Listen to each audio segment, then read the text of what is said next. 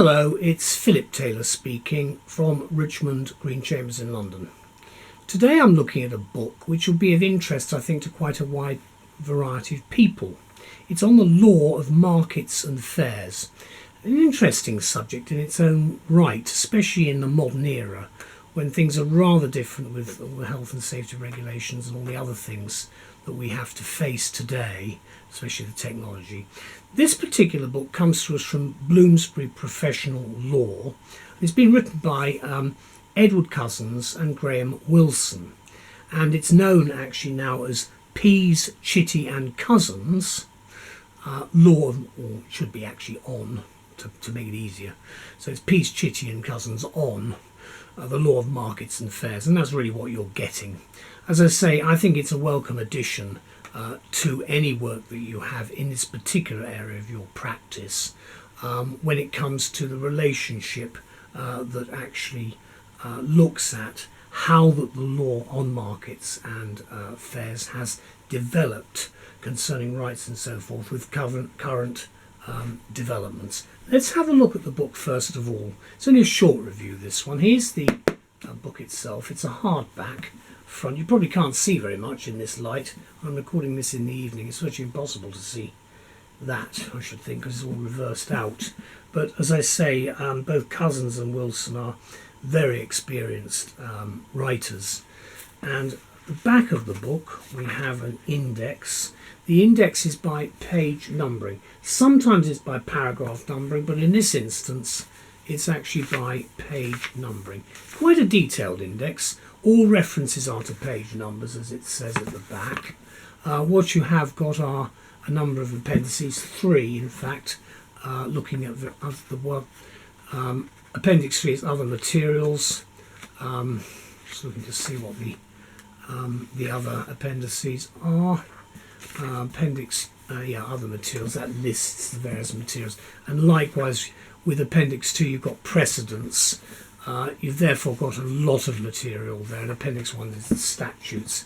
Obviously there's quite a large amount of legislation concerning this subject. There is the front of the book, first page. You can see the very substantial background that the authors have, especially Mr. Cousins. You've then got detail about Bloomsbury and then a preface, and obviously it says, in the preface to the first edition, Mr. Pease and Mr. Chitty stated their aim had been to state in a book of moderate size the whole of the English law of markets and fairs. The authors then went on to state that they hoped that this work would provide or prove to be both a concise treatise on the branch of the law about which but little had been written at the time, and a practical handbook for, quote, clerks of urban authorities and other persons concerned in the management of markets, which is quite interesting. The first edition appeared actually in 1899, so you can see we've got a span of well over 100 years now. And this is the 7th edition, and in fact the list gives you the dates of the various editions, and there's been a bit of a hiatus over the years, but clearly what the authors have done is to review everything. In fact, the preface itself was written in October 2020, and again they're referring to a number of matters concerning some of the legislation that is actually before Parliament. But I have to say that when I think this was written, again, a lot of problems occurred in 2020 with the issue of the pandemic. You do have, which I found rather quaint, I have to say, the original preface to the first edition in 1898, which I rather like because it's written in a slightly different way, and I'm not going to start going into too much detail with that. There are in fact 14 chapters listed in this book. They cover the intro, creation and acquisition of markets and fairs, the marketplace, days and hours of holding markets and fairs, toll and stallage, disturbance, sales, forfeiture and extinction of markets and fairs. That's an interesting one. Regulation, admin and control, accounts, practice, procedure and evidence, public law, a market toolkit, right at the end, which I think is helpful, and the Irish dimension. Then you've got UK and Irish statutes, precedents and other materials as the three appendices. Let me just get to the toolkit, because again, toolkits can sometimes be very helpful. Let me just have a look at it. There's the market toolkit, which basically sets out a number of things that you should do. It says, of course, the primary purpose of the work is to inform and update the reader, but because markets have this great historic tradition, remember the one in Amersham that goes back to King John, and many others like that, so you will recall that it has a huge history with it, and it looks about current licensing policy, and that in itself is interesting. I say that as an councillor on two local authorities where markets never really featured that much, but you always had to be aware of it. At the front then you've got the statutes, both UK and Irish, then the table of cases, not that many cases, and then you get into the book itself. There is a lot, in fact you can see even on page 1, very substantial amount of footnotes. Nature of markets and fairs, the origins. Of course, it goes back a very long time, a very long way.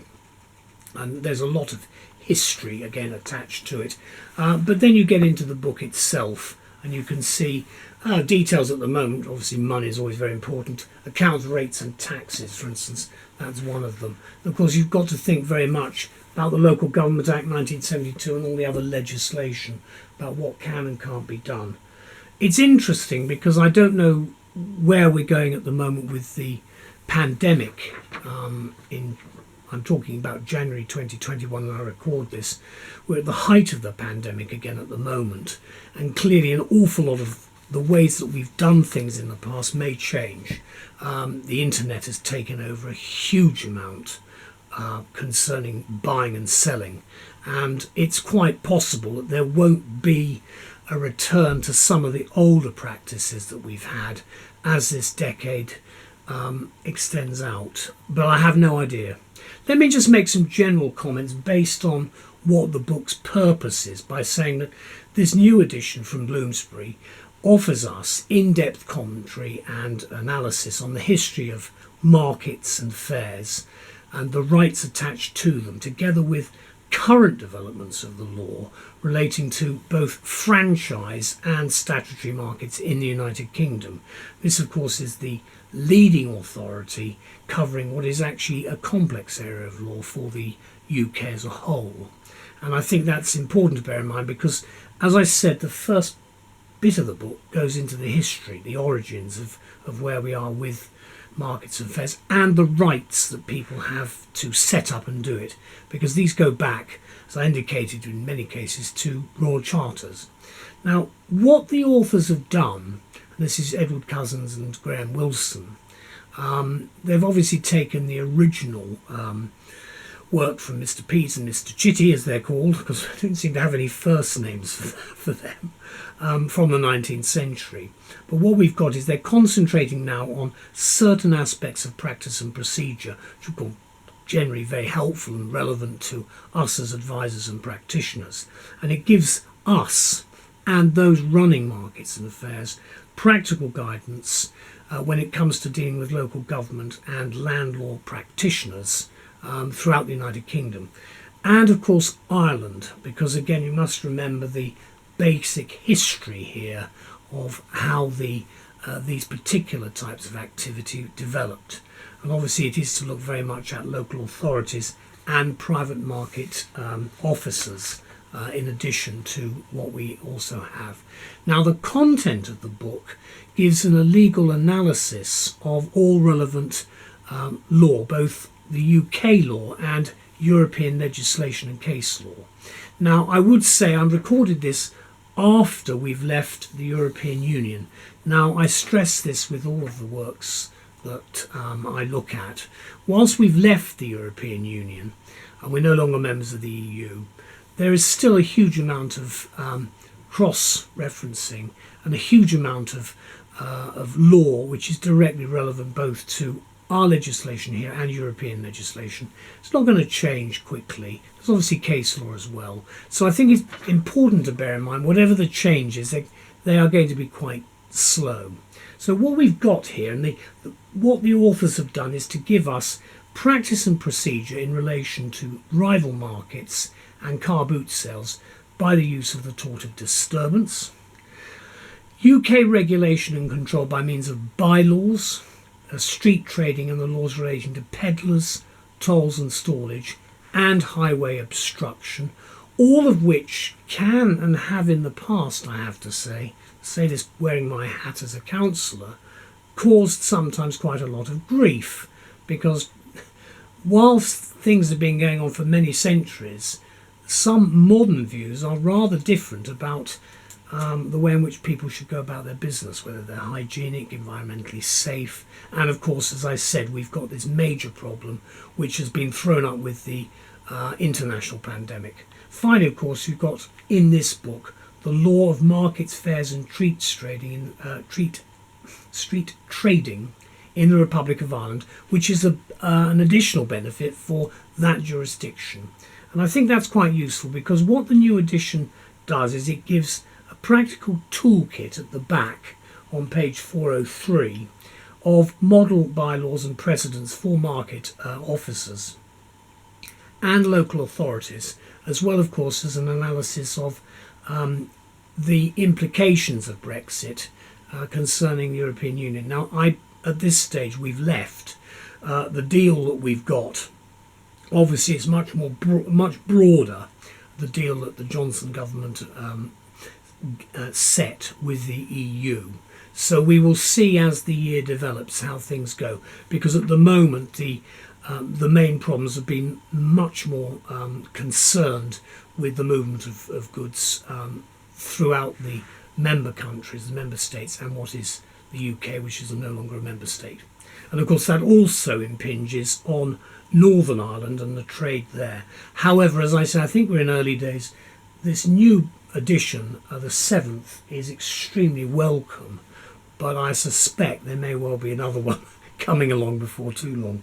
So thank you to everybody concerned, and let me say the date of publication of the hardback edition, this one here, is cited at the 5th of November 2020. Let's have one last look at it. There it is there, front spine. You probably can't really see that. I'll bring it back a bit. And then you can't really see any of that on the back. I've quoted a little bit in the review, but just opening the book up, you'll see the detail. This is this is the Peddlers Act 1871. One of the beauties of law is that you've got really quite ancient legislation sometimes, which is still relevant. This one is about peddlers. Then you've got all sorts of other legislation. Public Health Act 1961, bringing it up to date. As I say, at the moment, the spread of the coronavirus and the problems associated with that may well lead to rethinks on a whole range of things. You've also got powers, the London Local Authorities Act 2007. There are a lot of markets in London, well aware of them. The famous one I remember is the North End Road one in Fulham, and Esther Ranson. We won't talk about bat soup because that's when she got arrested, but I just throw that in as just a little bit of light relief. Thank you anyway very much to the two authors, Chitty Cousins and Graham Wilson, and of course to Bloomsbury for continuing to publish this doughty publication. Thank you. Bye-bye.